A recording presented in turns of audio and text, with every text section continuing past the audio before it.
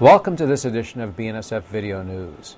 It's been called America's Swiss Alps, or the crown of the continent, but you may know it as Glacier National Park.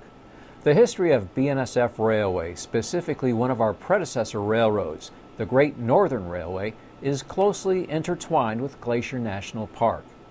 The Great Northern leaders not only recognized the environmental value and spectacular scenery of this area, but made Glacier the cornerstone of promotion for the railroad in the early part of the 20th century. This year is the centennial for Glacier National Park, and BNSF is honored to have a part in celebrating this beautiful natural preserve and national treasure.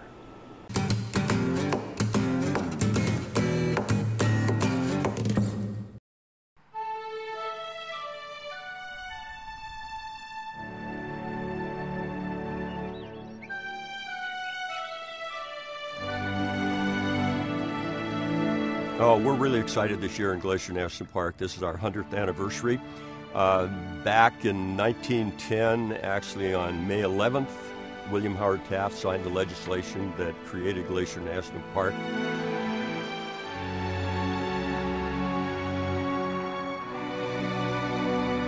The significance to employees of the BNSF, and many of them may not realize it, it's their heritage.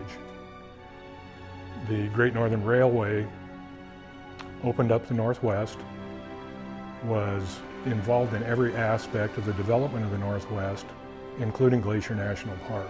Their tracks obviously skirted the park on its southern boundary, and the beauty of the area certainly wasn't lost on them. And I'm sure they realized that there was economic potential, but it was also a way, if the park were established, to bring passengers and people out here to enjoy this place. And so the Great Northern, especially James J. Hill's son, Louis Hill, was very much responsible for pushing the legislation through, along with George Bird Grinnell and several other people.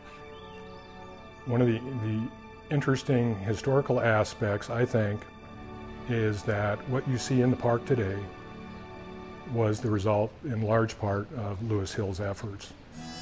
The trails, the roads, chalets, hotels, transportation systems that you enjoy today, he started. The park was established in 1910, and we were given a $50,000 appropriation for roads and trails. And that was it. And we didn't get much other than that until about 1921. So there was this huge void.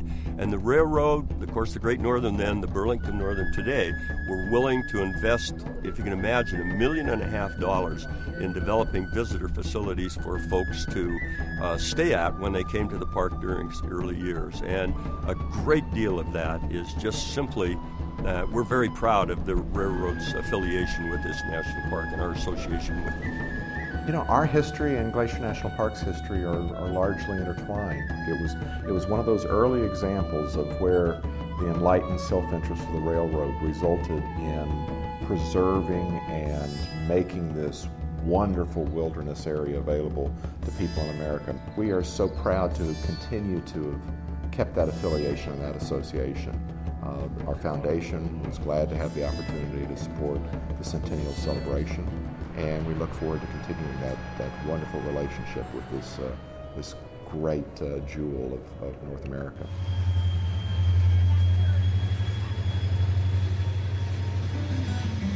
So that's one thing that hasn't changed. We're standing right now in the original building built by Louis Hill, the first and celebrating its 100th centennial of the properties that were built to enhance the tourist experience in Glacier Park. It's a building that is modeled on the Swiss style, and the idea was that Louis believed that Americans were ready to have a destination that was in America for high-end travel. And so this was the beginning of those creations that he followed through for the next, well, probably 10 or 15 years. And Louis Hill was wonderful in that he encouraged many great artists to come out and work for him. John Ferry was a fine artist, and he was commissioned by the railroad to do paintings of Glacier National Park. they were used primarily for promotional purposes. You know, obviously these iconic pictures, and then the slogan, "See America First." So those did a lot to promote this area and brought a lot of people out here. With Glacier National Park, whether it was those folks who came early on horseback or those of us who travel throughout the park mostly in cars today, it's an experience that you will want to repeat as the years go by. And so we certainly invite you to come back and to enjoy this place.